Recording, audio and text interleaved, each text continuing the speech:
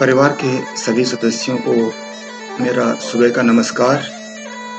आज मैं देखिए कोचीन एयरपोर्ट में बैठा हुआ हूँ और विशाखापट्टनम जाना है। एयरपोर्ट का ये वेटिंग एरिया है, ऐसा लगता है जैसे शादी के रिसेप्शन वाले सोफे हों, लेकिन यहाँ पे थोड़ा-सा अलग से था। सोफे हैं जो वेटिंग एरिया है। जनरली क्या होता है कि और जगह चेयर्स होते हैं, स्टील के चेयर्स, लेकिन यहाँ पे थोड़ा-सा डिफरेंट था। तो वहाँ पे बैठ कर के हम फ्लाइट का वेट कर रहे हैं और चलते हैं, चलिए बुलावा आ गया।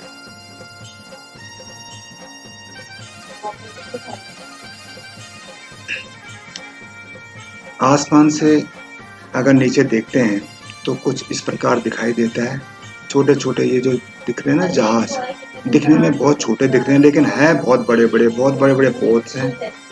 कोई मालवाहक है, कोई कैसा है, कोई कैसा है और इस प्रकार ये चलता रहता है और वो करते रहते हैं इसके अंदर। जहाज देखिए ना ऊपर से बहुत छोटा दिखाई देते हैं, है ना? बिल्कुल छोटा-छोटा सा लेकिन जो है काफ़ी साफ है और उसपे देखो दूर एक और जहाज दिखाई दिया है बिल्कुल छोटा सा।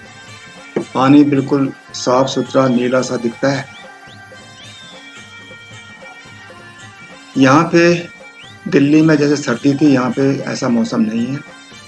देखिए सामने ये नेवी का एक शिप है, वारशिप, और दूर आसमान से विशाखापट्टनम का जो शहर है वो कुछ इस प्रकार दिखाई दे रहा है। समुद्र के किनारे बसा हुआ विशाल शहर।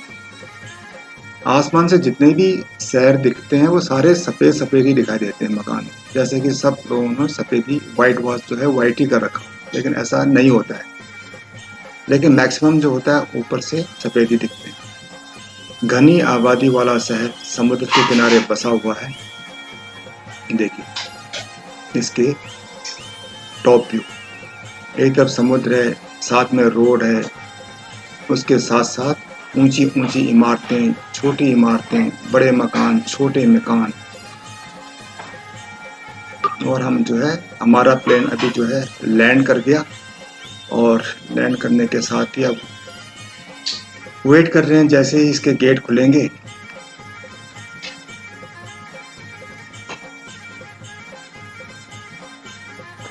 ये सीढ़ी लगाई है, देखिए प्लेन के साथ अटैच कर देते हैं आजकल, और ये लगेज कैरियर है।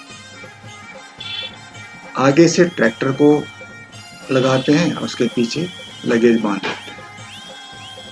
अब ये जो बेल्ट है इसमें हमारा लगेज आएगा, उसका वेट कर रहा हूँ। जैसे लगेज आएगा तो सीधा होटल जाएंगे। होटल जाने के बाद आज काम नहीं है, कल से काम शुरू होगा, तो थोड़ा शाम को कहीं घूमने जाएंगे। यहाँ पे आंध्र प्रदेश में इनके जो है ये पारंपरिक वाद्य यंत्र होंगे, पारंपरिक वेशभूषा, और हमारा स्वागत कुछ इस प्रकार से हो। बीना, डफली, ढोल, और होटल लंच करने के बाद हम सीधा जो है बिना समय गवाए यहाँ पे आ गए समुद्र के किनारे। ये देखिए बिल्कुल ये साफ बहुत अच्छी रोड है, रोड के साथ में पहाड़, और पहाड़ के साथ में चारों तरफ समुद्र से घिरा हुआ है।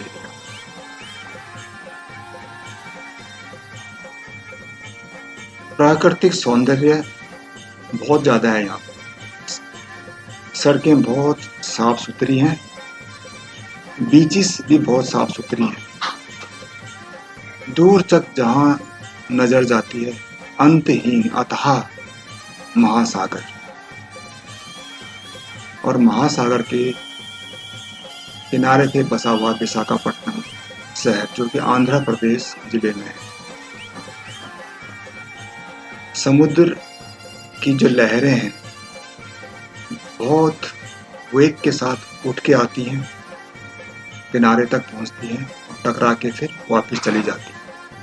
तापमान 30 डिग्री है यहाँ पे, बहुत गर्म, बहुत तेज धूप थी, लोग बहुत कम है, इसलिए मैंने मास्क उतार दिया।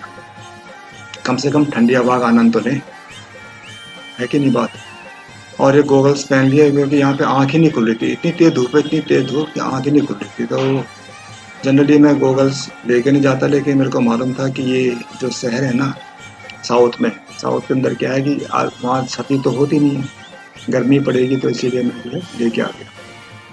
और अच्छा ही किया, नहीं तो यहाँ पे आँखें नहीं खुल रही थी। चलचलाती हुई धूप बिल्कुल कड़क, और यहाँ पे ये बिल्कुल समुद्र का किनारा, बहुत ठंडी हवा चल रही थी इस टाइम, ठंडी ठंडी हवा के बीच में। और थोड़ी देर यहाँ पे मैं बैठ गया। समुद्र के किनारे बैठ के उनकी लहरों को निहारना अपने आप में एक अलग ही अनुभव होता है। दिल करता है कि निहारते रहो, निहारते जाओ, निहारते जाओ। इसका जो एक होता है निहारने का, बहुत अच्छा लगता है। चारों तरफ बिल्कुल सुनसान, कोई सैलानी बहुत कम थे। शायद इसलिए कि आज कोई छुट्टी का दिन तो था नहीं, वर्किंग डे है, इसलिए लोग भी कम आए हैं। वीकेंड्स में सैटरडे संडे ही लोग यहाँ पे अपने फैमिली के साथ पिकनिक मनाने आते हैं।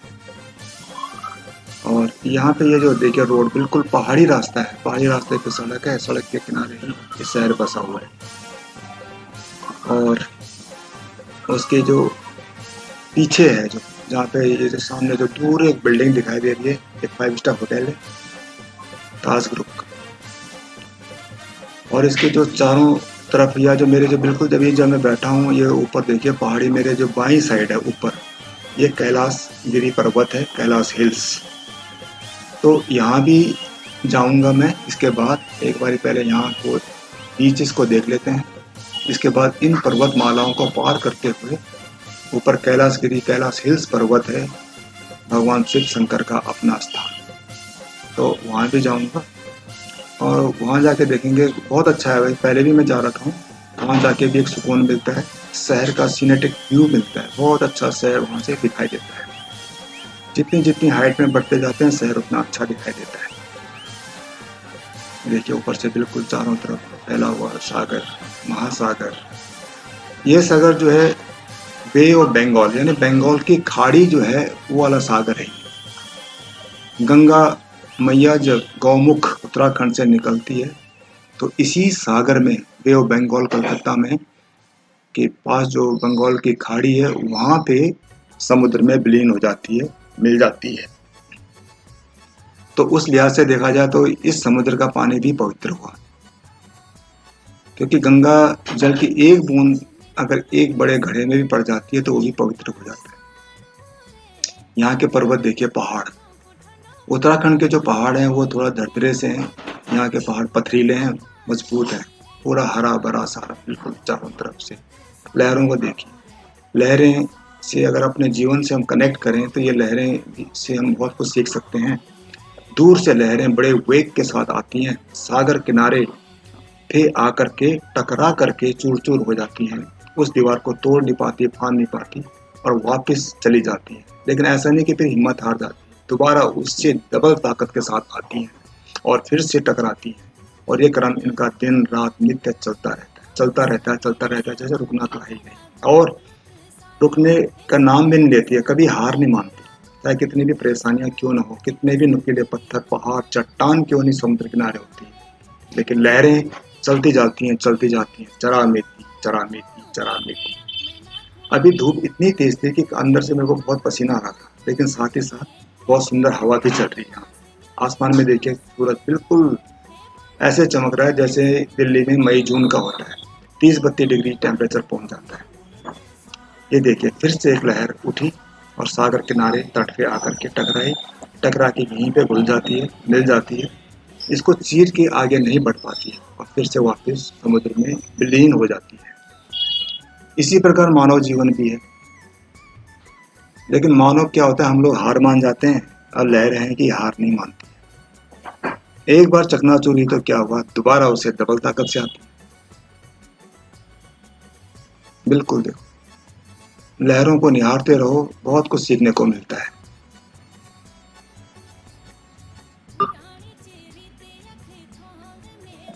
ये देखिए, ये वारशिप्स हैं, कुछ मालवाहक जहाज हैं, और ये पीछे जो है वो नेवी वालों के शिप्स हैं जो बड़े बड़े दिखाई दे रहे हैं। समुद्र का किनारे देखिए बिल्कुल साफ सुथरा, गंदगी नहीं है यहाँ पे। एक बहुत अच्छी बात ये देखने को मिली कि यहाँ गंदा नहीं है, नीला सागर दिखता है बिल्कुल। नहीं तो चेन्नई में कई जगह या बॉम्बे के किनारे क्या होता है कि मटमैला सा समुद्र है और बहुत गंदा है। तो यहाँ मैंने पूछा भाई इतना साफ कैसे रहता है, यहाँ भी तो लोग आते होंगे, गंदगी करते होंगे। तो स्थानीय लोगों ने बताया कि अपने आप से अवेयरनेस है, फिर ऊपर से लोग बताते भी रहते हैं कि देखिए कूड़ा मत डालिए, जगह जगह डस्टबिन लगे हुए हैं, तो इससे क्या है सफाई को मेंटेन करके रखते हैं हम लोग। और जो भी कूड़ा गिरता है तो उसको वीकली बेस पे, डेली बेस पे रोज शाम को उठा के फिर वापस से कूड़ेदान में डाल देते हैं। इससे क्या होता है कि ये बना रहता है। और इसके बाद फिर आग ऊपर से जो मेरे जो पर्वत दिख रहा है ये वाला, ये भी बहुत हरा भरा सा था। पर्वत को चढ़ने के लिए रोप वे भी है।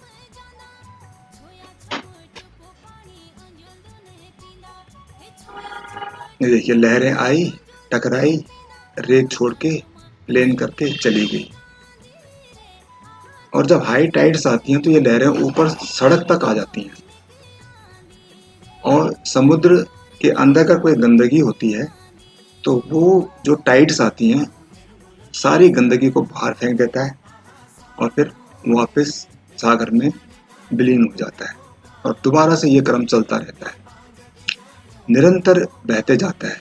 जैसे नदी को कोई रोक नहीं सकता, उसी प्रकार समुद्र की लहरें भी हैं, निर्भीक हैं। अपने जीवन को भी तालाब में बनाना चाहिए, नदी बनाओ, समुद्र बनाओ, मुसीबतों से न घबराओ। देखिए सड़क काफ़ी कम ट्रैफिक है और यहाँ पे ऊपर से जाते ट्रैफिक आता भी है तो लेकिन काफ़ी कम है। टू वे काफ़ी चौड़ी चौड़ी सड़कें हैं तो इससे ज़्यादा फर्क ही नहीं पड़ता कि कितना कम है ज़्यादा है, चलता रहता है बस। और लोग आते हैं तो साइड में बैठने के लिए बहुत अच्छा बना रखा है इन्होंने, साफ़ सुथरा है। और नीचे जा कर के अभी मैं नीचे कोशिश करता हूँ कि नीचे भी जाऊँ समुद्र के किनारे एक बारी, तो उसके बाद वहाँ पे भी अच्छा लगता है। रेत में खड़े हो जाओ, लहरें आती हैं, पैर के नीचे गड्ढा हो जाता है, धंस जाता है रेत के अंदर और लहरें वापस छू करके आपको वापस चली जाती है। वो भी एक अनुभव अपने आप में बहुत अच्छा होता है। मैं कोशिश करता हूँ कि जब भी समुद्र के किनारे जाऊँ तो ज़रूर समुद्र में 1-2 घंटे वहाँ बैठ जाऊँ, बहुत अच्छा लगता है। और इसके बाद ये देखो, अब मैं कोशिश करता हूँ कि नीचे जाऊँ एक बार। आगे जाकर के रास्ता है, यहाँ पे रास्ता नहीं है, बैरिकेड्स लगे हुए हैं। ऐसा नहीं है कि कहीं से भी कूद जाओ, जहाँ से रास्ता बना हुआ है वहीं से नीचे जा सकते हैं। अब कोई हमारा नॉर्थ इंडिया तो है नहीं जो हम बैरिकेड्स को नहीं मानते, दीवारों को नहीं मानते, फांद के चले जाते हैं। यहाँ सड़क के डिसिप्लिन है, मतलब यहाँ पे लोग थोड़ा सा डिसिप्लिन है। एक बार किसी को कुछ समझा दो, बता दो तो उसको फॉलो करते हैं। ये चट्टानें जो दिख रही है ना अभी आपको, ये बहुत ऊंची ऊंची थी कह रहे हैं समुद्र के किनारे, लेकिन लहरों ने इनसे टकरा के इनको भी चकनाचूर कर दिया। वो कहते हैं ना वो कि रस्सी आवत जावत के सिल पर पड़। ये रास्ता बना हुआ था समुद्र में किनारे रेत के पास जाने का, इन लहरों से मिलने का।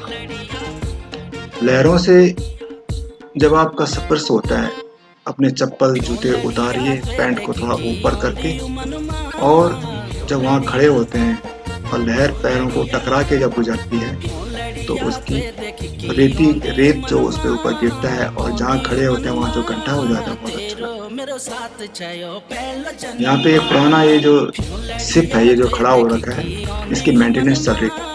तो उन्होंने बताया कि इसकी अभी मेंटेनेंस हो रही है, इसकी डेंटिंग, पेंटिंग, रिपेयर, इंजन, पता नहीं क्या ओवरहॉलिंग, बहुत कुछ इसमें कह रहे हैं। काफ़ी टाइम लगता है, काफ़ी लोग इसको कार में लगे हुए हैं। और ये जो पत्थर दिखाई दे रहा है ना, ये कभी ऊंची चट्टानें थी, आज घिस घिस के पानी के लहरों में इतना वेग होता है, इतनी ताकत होती है, उन्होंने इन पत्थर तक को घिस दिया। हमारे गधेरों में जैसे होता है ना कि गाँव में भी कि पत्थर प्लेन हो जाते हैं, तो यहाँ पे प्लेन तो नहीं हुए बल्कि नुकीले हो गए। और वो शायद इसलिए कि समुद्र का जो पानी होता है वो नमकीन होता है, खारा होता है, तो ये खाली प्लेन नहीं करता, उसको काट भी देता है ना बाबा। नतीजा क्या होता है कि ये जो लहरें हैं फिर इन पत्थरों से टकरा के और कटिंग करती रहती हैं तो नुकीली हो जाती है, जिसमें चलना पैदल मतलब नंगे पाँव चलना चुभन सी होती है, एक्यूप्रेशर भी हो जाता है। यहाँ मैंने चढ़ के देखा, क्योंकि हम तो पहाड़ के रहने वाले हैं तो ये हमारे लिए तो खैर कुछ भी नहीं था। और जो दूर सामने जो वहाँ जहाँ पे लहरें टकरा रही हैं मैं वहाँ तक ही जाने की कोशिश करूँगा। बाकी वहाँ तक लोग जाते नहीं हैं, जबकि लोग चेन्नई या मुंबई में जो बीचेस होते हैं दूर तक लोग नहाने पे जाते हैं, लेकिन यहाँ पे किसी को भी मैंने नहाते हुए नहीं देखा। तो यहाँ के लोग शायद नहीं जाते नहाने, डरते होंगे पानी से। तो चलिए मैं आपको एक बार इसके नज़दीक जाके देखते हैं। ये जो शिप खड़ा है, जो पानी का जहाज है, और देखिए चंद कुछ ही लोग हैं जो यहाँ तक आए हैं, अपनी पिकनिक मनाने आते हैं। हमारी तरह सैलानी होंगे, घूमने आए होंगे। ये देखिए इसका क्लोज व्यू, ये जो शिप दिखाई दे रहा है ना कैसे होता है, बहुत बड़ा। ये तो बहुत छोटा सा है। INS विक्रांत, INS अशोक, ये बहुत विशालतम जहाज है जिसके अंदर बहुत बड़े बड़े कारखाने हैं। हवाई जहाज उनके ऊपर। ये देखिए लहर को नज़दीक से देखिए, कितने अच्छे ढंग से ये लहरें बहती हैं किनारों पे। और बच्चे जब नहाते हैं तो आगे तक भाग के जाते हैं, और लहरें जब वापस किनारे में आती हैं तो यहाँ छोड़ते हैं। इन चट्टानों की बात कर रहा था मैं। हमारे वंचन पाले चल रहा है ना, ऊपर आसमान, ऊपर देखिए पर्वत है, चट्टानों के बीच समुद्र। तो इसकी सुंदरता को चार चांद लगा देता है। समुद्र एरिया, तटीय एरिया, जो कोस्टल एरिया होता है, वहाँ बीचेस तो मिलते हैं, लेकिन साथ में पहाड़ नहीं दिखाई देते। विशाखापट्टनम के जो बीचेस हैं, इनकी यही खास बात है कि पहाड़ के साथ साथ समुद्र है। इसीलिए जब आप ऊपर से देखें तो बहुत अच्छा लगता है। अगली जो इसका नेक्स्ट पार्ट होगा, उसमें हम थोड़ा आगे तक जाएंगे समुद्र में, और आपको ले चलेंगे कैलाश गिरी पर्वत के ऊपर। तब तक के लिए आप खुश रहिए, मुस्कुराते रहिए, अपना ध्यान रखिए। Bye bye, take care, thank you.